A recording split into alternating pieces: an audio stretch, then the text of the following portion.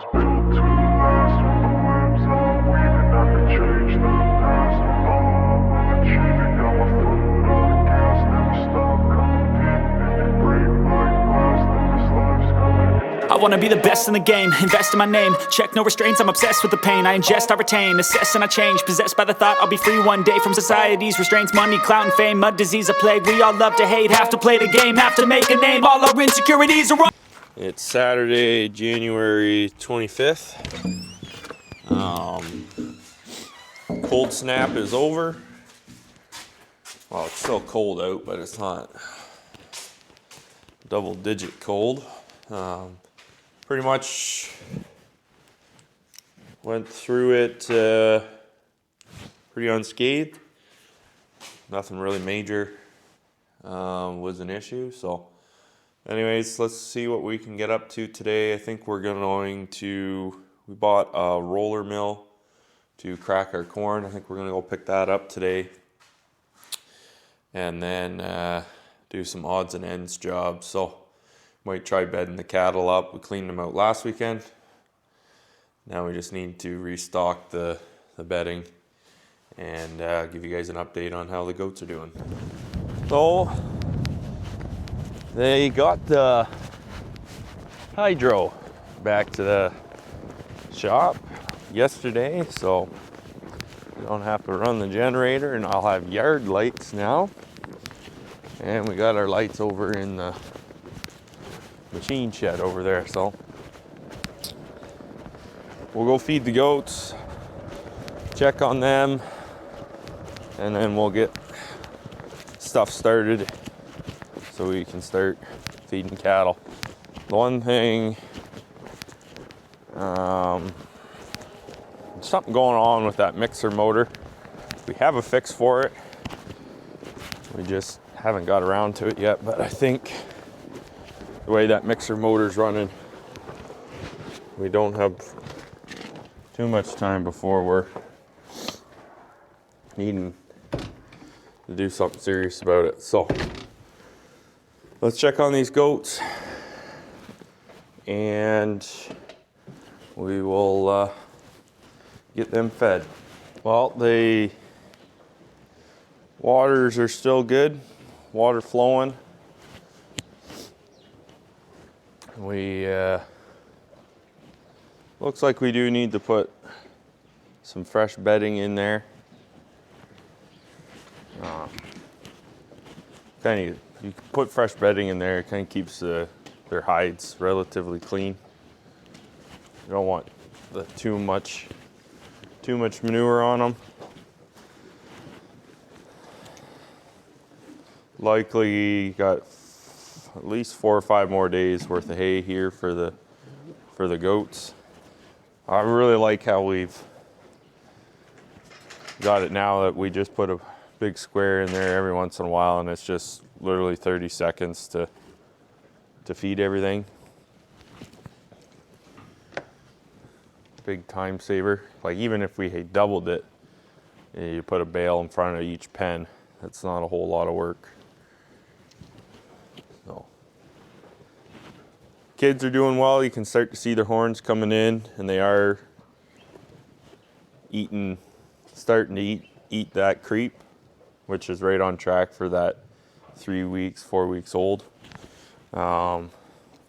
Restock their hay. I'm not pushing them too hard on the creep because they sometimes have a tendency to overdo it and eat too much right off the bat, and their bellies aren't quite used to that creep feed, so they can get scours. So we just kind of monitor it. But as long as they're drinking on their mom, it's not too bad. It's usually the first couple days or first week that they figure it out, that they get a little carried away with it, but you can see there they're just picking away at it, and I've got it pretty well reduced down, so it's not something that they can just get right into full bore. Well, I usually wait till they're a little bit bigger. But they're all growing good. The one buck in here, the all white guy, he's actually looking pretty good. Now he is being raised all by himself, so he's got oodles of milk, but that isn't, I used to think that was bad because you'd have less, you know, gross dollars, but typically those buck kids, they get their heads caught in here. Lose lack of air.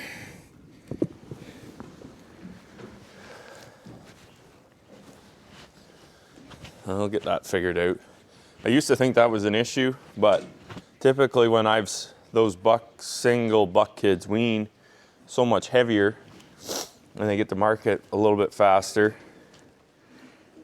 and they actually do quite well at the sale. So I sent 3 big heavy buck kids 2 weeks ago to Brussels.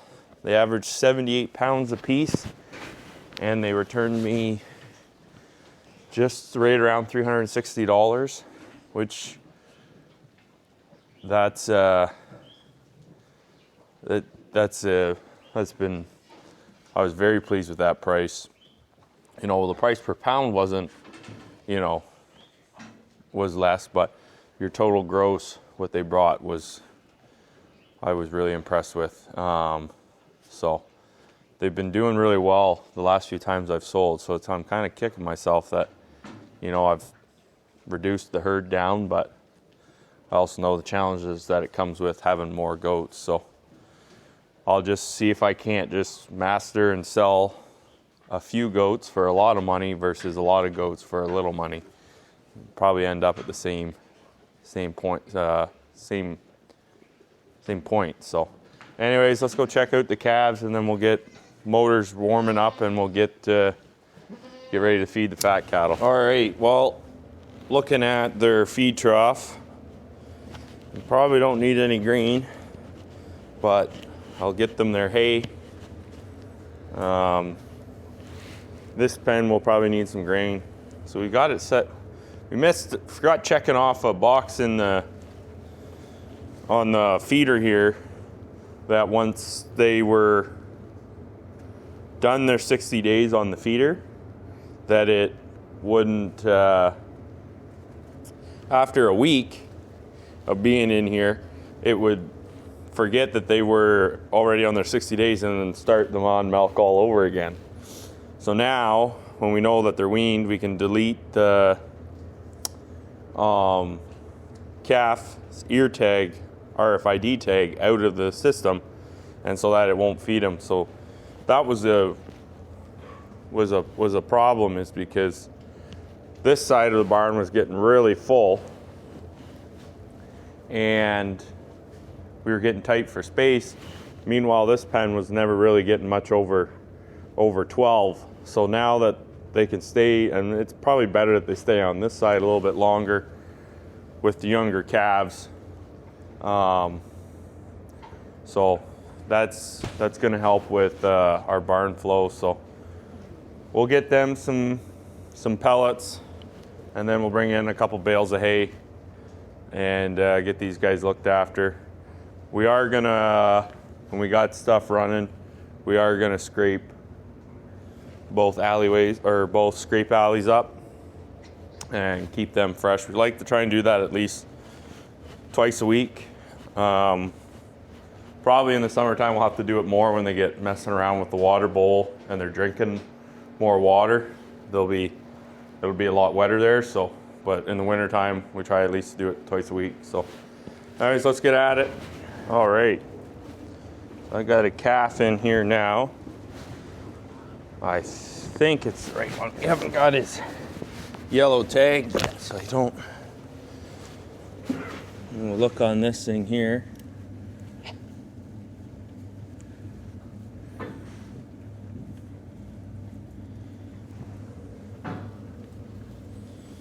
Let's see. Oh, 471. So he's already 8, so that's why it won't make it for him. go get the other new guy. So I just back him up.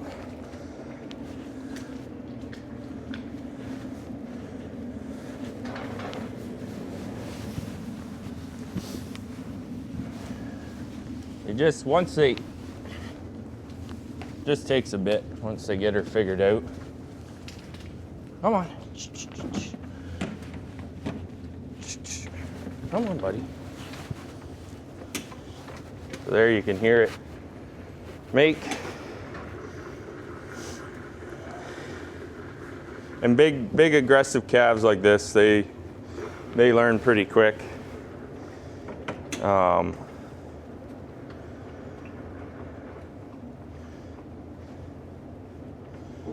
Once they're hungry, they get onto it pretty quick. That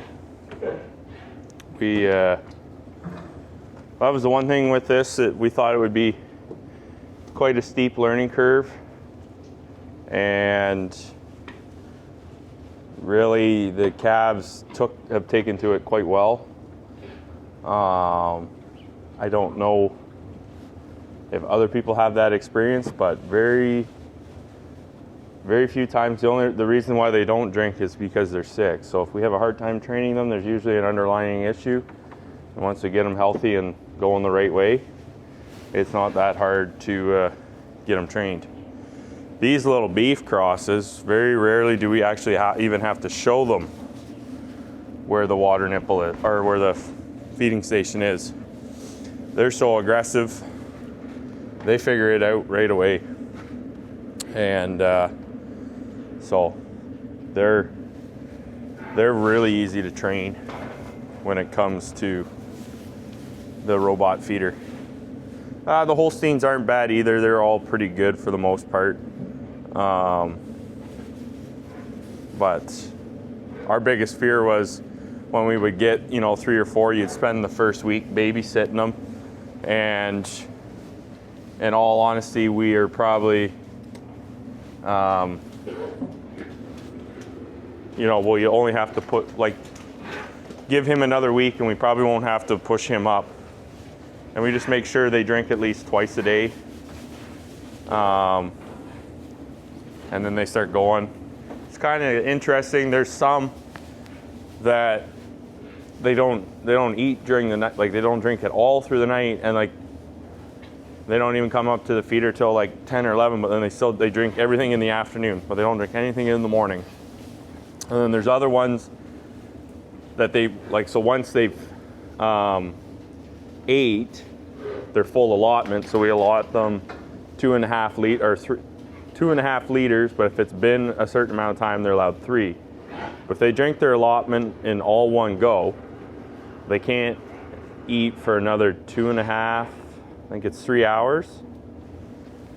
So, but we've had them that they can tell time because they know exactly when their time is up, and then they are there. Like we had one heifer, we wanted to see how much milk she could drink, and she was drinking like close to 20 liters a day. But every 3 hours she was at the machine, like bang on, because we got an app that tells us how fast they've drank, when they've ate, when they visited. And so that's kind of nice too. We've got that data for the calves, so it's really easy to tell if one is starting to get sick or not. So, well, he's all fed for now, and everybody else is all ate fairly recently, so there's no sense in forcing them in there. We'll let them eat and get adjusted and play around, and then check back in a little.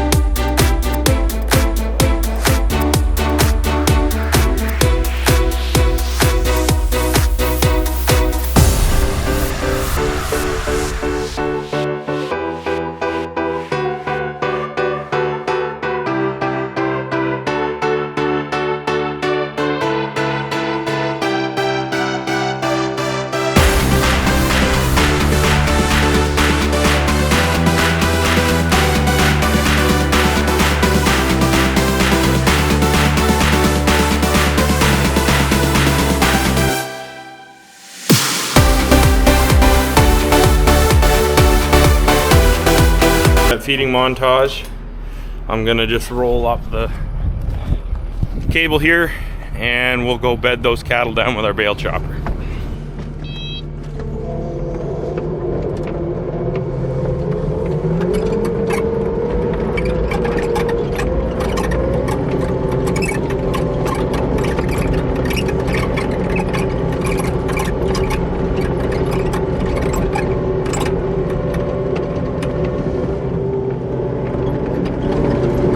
Driving around, I'll give you a little. This bale chopper, just got one set of hydraulics, and it runs off a Bluetooth remote. We got it last year. We probably figure it saves us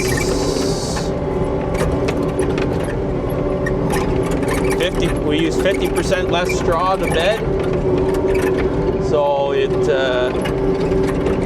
we really like it. It has a tough time with these oat straw bales.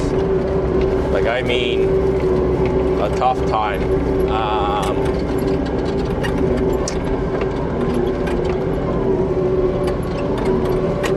They're just so wiry that we struggle with it. So we can't get through these oat straw bales quick enough.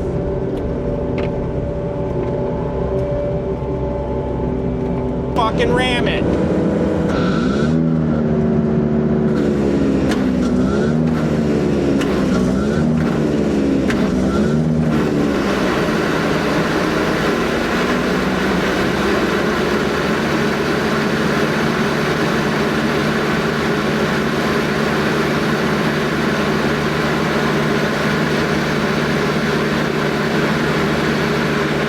Gently push it.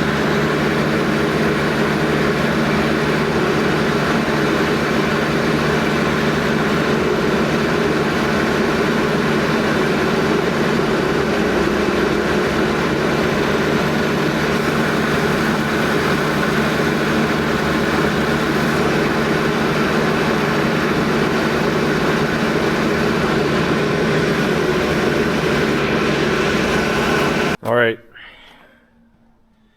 got that fitting to stop leaking. We ended up having to give up on that bale that was in there because it was froze, and we were hydraulic oil leak, so we topped it up, but we got enough bedding in there for them. So that's how this thing works. It's got a set of vertical beaters and just like knife sections, and it pulls the bale apart and puts it into that blower and then blows it out.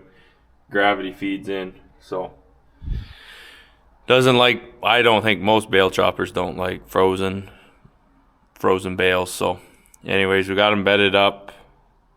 Go inside, have a coffee, and I think later this afternoon we're gonna go pick up that roller mill. I think Joe was just gonna tag and vaccinate some calves that showed up. So anyways, catch up with you guys in a little bit.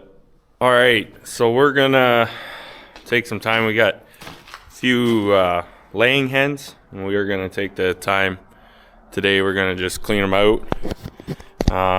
So just going to put a new handle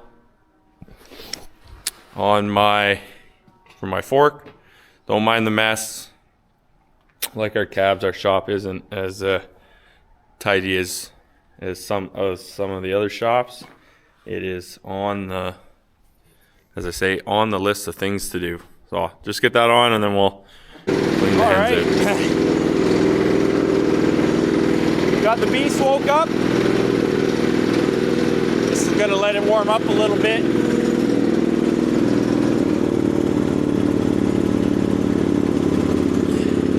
Gotta let it warm up a little bit. It's it doesn't like it's a gas engine, but it sat, so it's a little cold. So anyways, this is what we use. It's a tight squeeze in here, but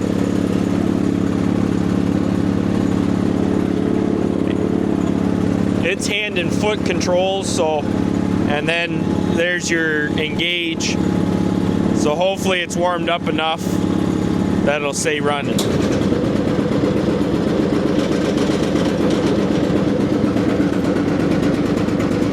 catch itself now.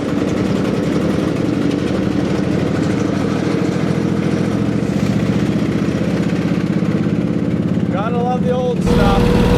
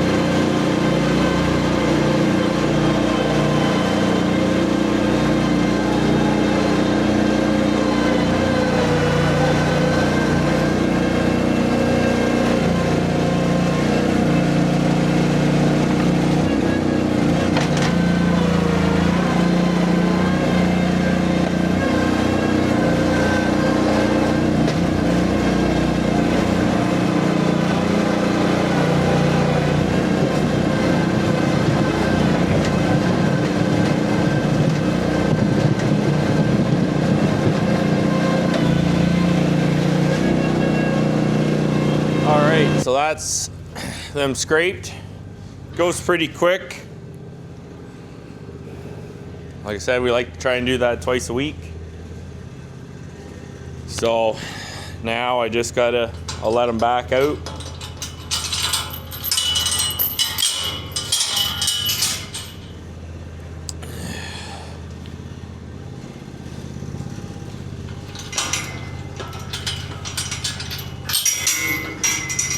Might need to get these guys some bedding too.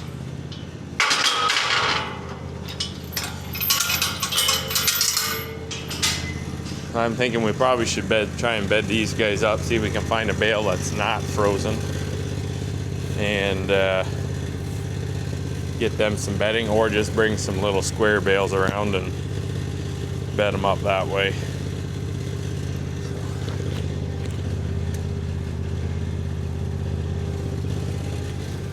I should just get more chain. Well, I think Joe did get chain. We haven't got around to getting the chain on there, so we just used baler twine.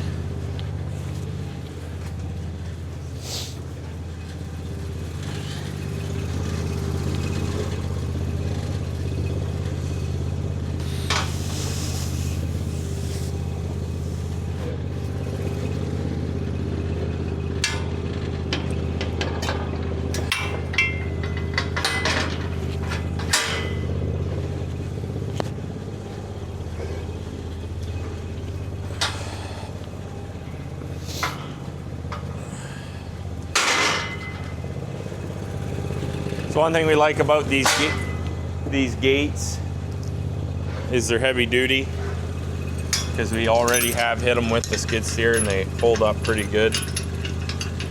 So this one's already been hit by the skid steer, but the rest, they all stay fine. So yeah, looking at this, we probably should get them some straw in here. I think the other pen needs some too. So we'll get them bedded up. I got the alleyway scraped. We'll get some straw in here, and I think we'll try and do the other side as well. I got this side pretty well scraped up. We've got slots cut there, so what I can't get with the skid steer around the feeder, I just do with the squeegee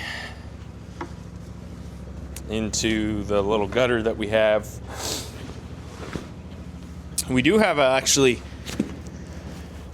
a gutter right here too, that we maybe should cut a slot, the same thing, and then just push it all there. But this is mostly just water, and we don't want to get too carried away with putting manure in there, just because it is more solid and gravity flows out to our pit. But we like to do this job at least once a week. We get things kind of cleaned up. In the summertime or when it's warmer out, we will do it more just to keep the area clean and less flies.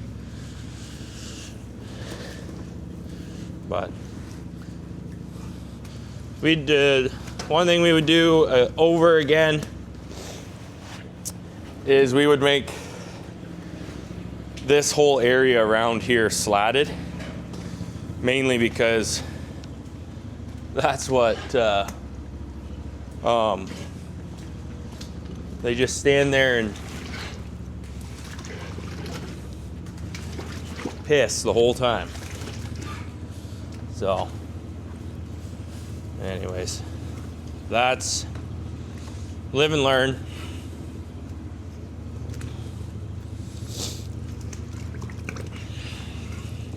And then if it was slatted all around, make it a lot easier to wash and keep stuff clean. But cut those few little slots and it's fine.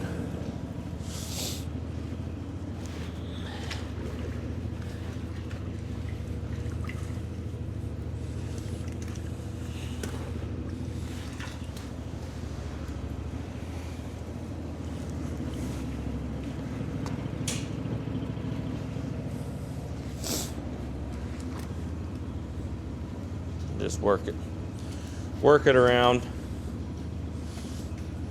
Sometimes I like to pile the straw. It holds up, but the liquid seeps through down, and then I just pull it away.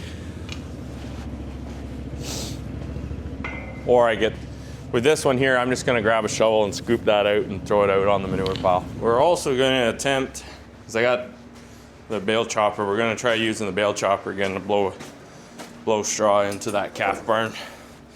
That way we can put a good slug of a straw in there for those calves so they get dried up.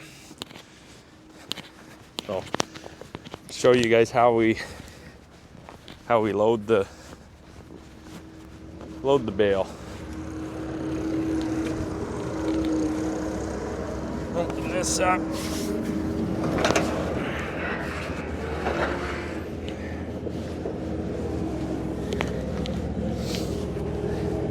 It's easy to tell when Joe does the hay or the straw.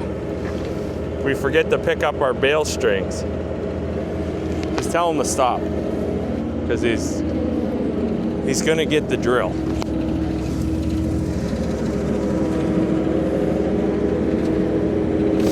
You just push up there. Good. And you don't want to push the bale right in tight, snug with those beaters.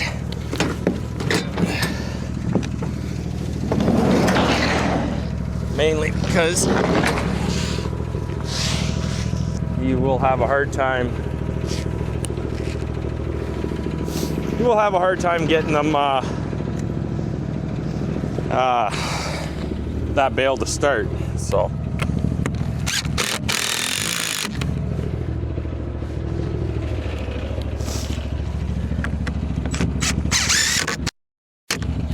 go.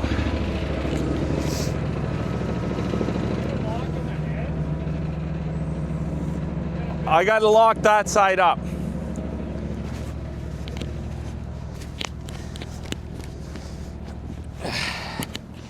All right, well now we got to lock these guys up onto the scrape alley.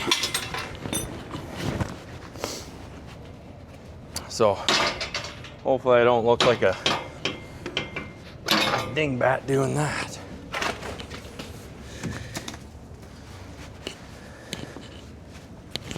I'm gonna swing this around, this gate around.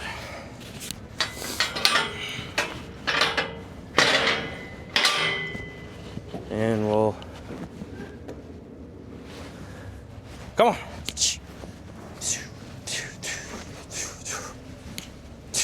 Come on. Come on, get turned on there. Come on.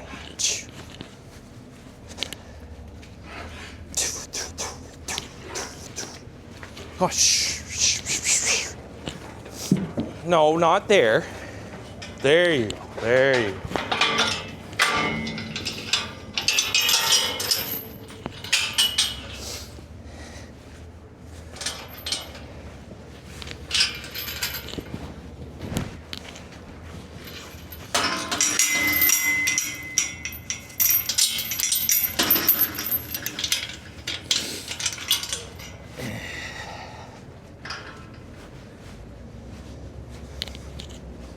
And this side here,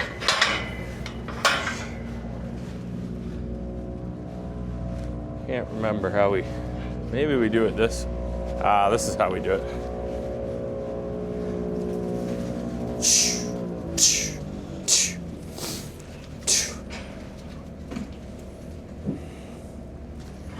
Get.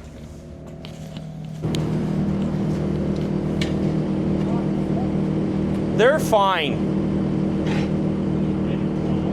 I know I did it wrong, but I don't know what John was doing. I needed a second hand.